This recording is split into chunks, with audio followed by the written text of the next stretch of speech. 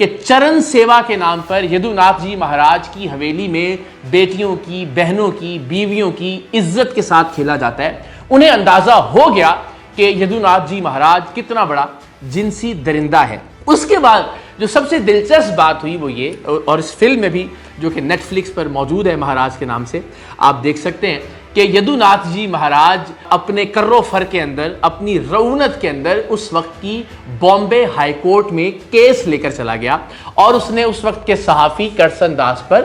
ہتک عزت کا کیس کر دیا کہ اس شخص نے اپنے اخبار میں میرے خلاف اداریہ لکھ کر میری عزت کو، میری ساکھ کو نقصان پہنچایا ہے۔ تو اب اگر آپ 1862 کے بامبے ہائی کورٹ کے مہاراج لائبل کیس کو اسٹڈی کریں ویکیپیڈیا پر، تو آپ کو اندازہ ہوگا کہ اس کیس میں اور اس کیس میں جو کہ حق خطیب نے میرے خلاف کیا ہے، ہو بہو مماثلت ہے۔ ہم نے بھی آپ کو بتایا کہ کس طرح سے ناحق خبیث، جسے ہم شف شف کے نام سے جانتے ہیں، بہنوں اور بیٹیوں کی عزتوں کو پامال کرتا ہے۔ ہم نے بھی آپ کو بتایا کہ کس طرح سے بہت فخر کے ساتھ بطور خادمہ لوگ اپنی بہنوں کو، بیٹیوں کو اس کے پاس رکھوانے میں کوئی عار محسوس نہیں کرتے،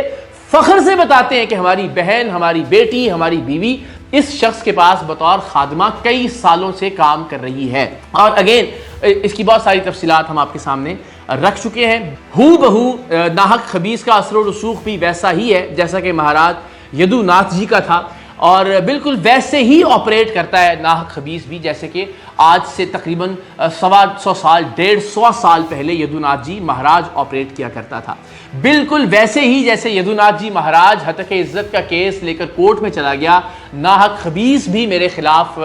مقدمہ لے کر عدالت میں چلا گیا۔ لیکن 1862 کے مہاراج لائبل کیس کا فیصلہ کیا ہوا، یہ اس فلم میں بھی، نیٹ فلکس کی جو مہاراج فلم ہے اس میں بھی آپ کو اندازہ ہوگا، آپ گوگل کریں گے تو مہاراج لائبل کیس کی تفصیلات بھی آپ کے سامنے آ جائیں گی کہ خود کیس لے کر کورٹ میں گیا یدوناتھ جی مہاراج کرسن داس صحافی کے خلاف، اور اس نے دعویٰ کیا کہ اس نے میری ساکھ کو، میری عزت کو نقصان پہنچایا۔ لیکن جب عدالت میں کیس کی پرتیں کھلنے لگیں تو ایک کے بعد ایک عورت نے، ایک کے بعد ایک لڑکی نے ہمت کی اور بامبے ہائی کورٹ کو یہ بتایا کہ کس طرح سے یدوناتھ جی مہاراج مذہب کے نام پر، عقیدے کے نام پر ان کا جنسی استحصال کرتا رہا ہے۔ تو وہ معاملہ جو صرف ایک اخبار کے آرٹیکل تک یا صرف ایک اخبار کے اداریے تک محدود تھا،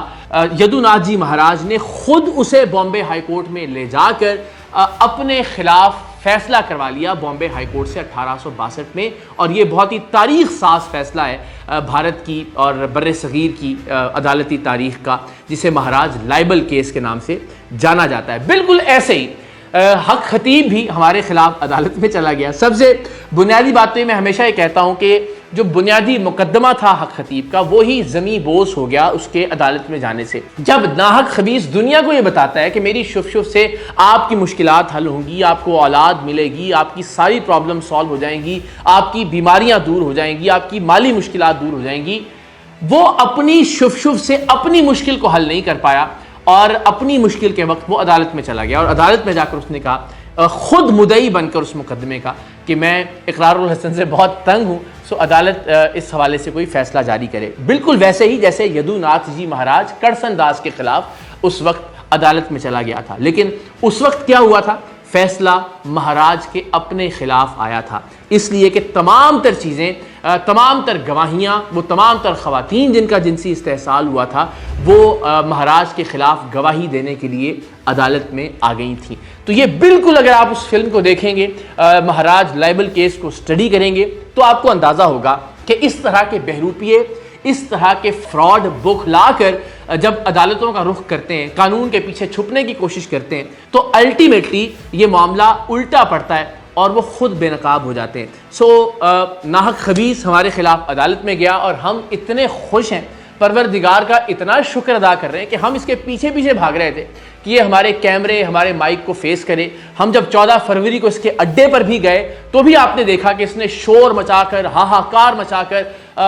سوالوں سے راہ فرار اختیار کی، اس نے جذباتی نعرے لگوائے، لیکن جو بات ہم اس سے پوچھنا چاہتے تھے، جو آرگومنٹ ہم اس سے کرنا چاہتے تھے، جو دلائل کے ساتھ ہم اس سے بات کرنا چاہتے تھے، اس پر وہ یہ نہیں آیا اور الٹیمیٹلی شور مچا کر اس نے ہمارے سوالوں کا جواب دینے سے اجتناب کیا۔ لیکن اب جبکہ یہ خود کیس کو عدالت میں لے گیا ہے تو اب بطور گواہ اس پر یہ پابندی ہے کہ یہ ہمارے وکلاء کے سوالوں کے جواب دے۔ اب عدالت کے اندر اس کو یہ ثابت کرنا ہوگا کہ یہ ایک سچا پیر ہے، اور ہم نے اس پر جو فراڈ ہونے کے، جعلساز ہونے کے، دغاباز ہونے کے، شعبدے باز ہونے کے الزامات لگائے ہیں وہ الزامات غلط ہیں۔ ہم تو یہ ثابت کریں گے، اور اب تک ہم یہ ثابت کرتے آئے ہیں کہ یہ ایک شعبدے باز ہے، ایک جعل ساز ہے، لیکن اب اسے بھی یہ ثابت کرنا ہوگا کہ جب یہ خود کو پیر کہتا ہے تو یہ کس بنیاد پر کہتا ہے۔ اسے بھی یہ ثابت کرنا ہوگا کہ جب یہ خود کو اسپرچول لیڈر کہتا ہے تو یہ کس بنیاد پر کہتا ہے۔ اسے بھی یہ ثابت کرنا ہوگا کہ یہ ویل چیئر سے مریضوں کو کیسے اٹھاتا ہے، اور اب کی بار اسے عدالت میں جج صاحب کے سامنے یہ ثابت کرنا ہوگا۔ اسے ثابت کرنا ہوگا کہ وہ کون سا علم یا وہ کون سا عمل ہے کہ جس کے ذریعے مریضوں کی آنکھوں سے یہ زنجیریں برآمد کرتا ہے، کیلیں برآمد کرتا ہے۔ اسے ثابت کرنا ہوگا کہ اس کے پاس جو جائیدادیں ہیں اربوں روپے مالیت کی، وہ جائیدادیں کہاں سے آئیں۔ یہ کسی بھی سوال سے انحراف نہیں کر سکتا، یہ کسی بھی سوال سے اجتناب نہیں کر سکتا۔ تو عدالت میں انشاءاللہ العزیز اب ایک ایک چیز ثابت ہوگی، ہم بھی اپنے گواہان لے کر آئیں گے، اپنے ثبوت لے کر آئیں گے، اور اسے بھی اب عدالت میں آنا پڑے گا۔ پاکستان کی تاریخ کا سب سے دلچسپ اور سب سے بڑا مقدمہ انشاءاللہ العزیز آنے والے وقت میں پاکستان کے لوگوں کو دکھنے جا رہا ہے، اور ہم سپریم کورٹ آف پاکستان سے، ہائی کورٹ سے یہ استدعا بھی کریں گے کہ اس تمام تر کارروائی کو، اس عدالتی کارروائی کو لائیو نشر کرنے کی اجازت دی جائے مفاد عامہ میں، تاکہ لوگوں کو اندازہ ہو کہ کیا یہ فراڈیا ہے یا پھر میں نے کوئی جھوٹ بولا ہے۔ پوری پاکستانی قوم کے سامنے دودھ کا دودھ اور شف شف کا شف شف ہو جائے۔ تو میں آپ سب سے ریکویسٹ کروں گا کہ آپ مہاراج لائبل کیس کو ذرا ایک بار ضرور اسٹڈی کیجیے گا، اور پھر ذرا دیکھیے گا کہ ناحق خبیث عدالت میں ہمارے خلاف گیا ہے تو ان دونوں کیسز کے اندر کیا مماثلت ہے۔ الٹیمیٹلی تاریخ خود کو دہرانے جا رہی ہے۔ مذہب کے نام پر، عقیدے کے نام پر، مسلک کے نام پر اپنی جنسی تسکین کرنے والے، اربوں روپے کی جائیدادیں اکٹھی کرنے والے ہر مذہب کے اندر موجود رہے ہیں۔ اور میں ہمیشہ یہ کہتا ہوں کہ جس طرح سے دہشت گردوں کا کوئی مذہب نہیں ہوتا، ویسے ہی اس طرح کے فراڈیوں کا، اس طرح کے جعل سازوں کا، اس طرح کے شعبدے بازوں کا بھی کوئی مذہب نہیں ہوتا، اور یہ حقیقت انشاءاللہ اب پاکستان کی عدالتوں میں ثابت ہونے جا رہی ہے۔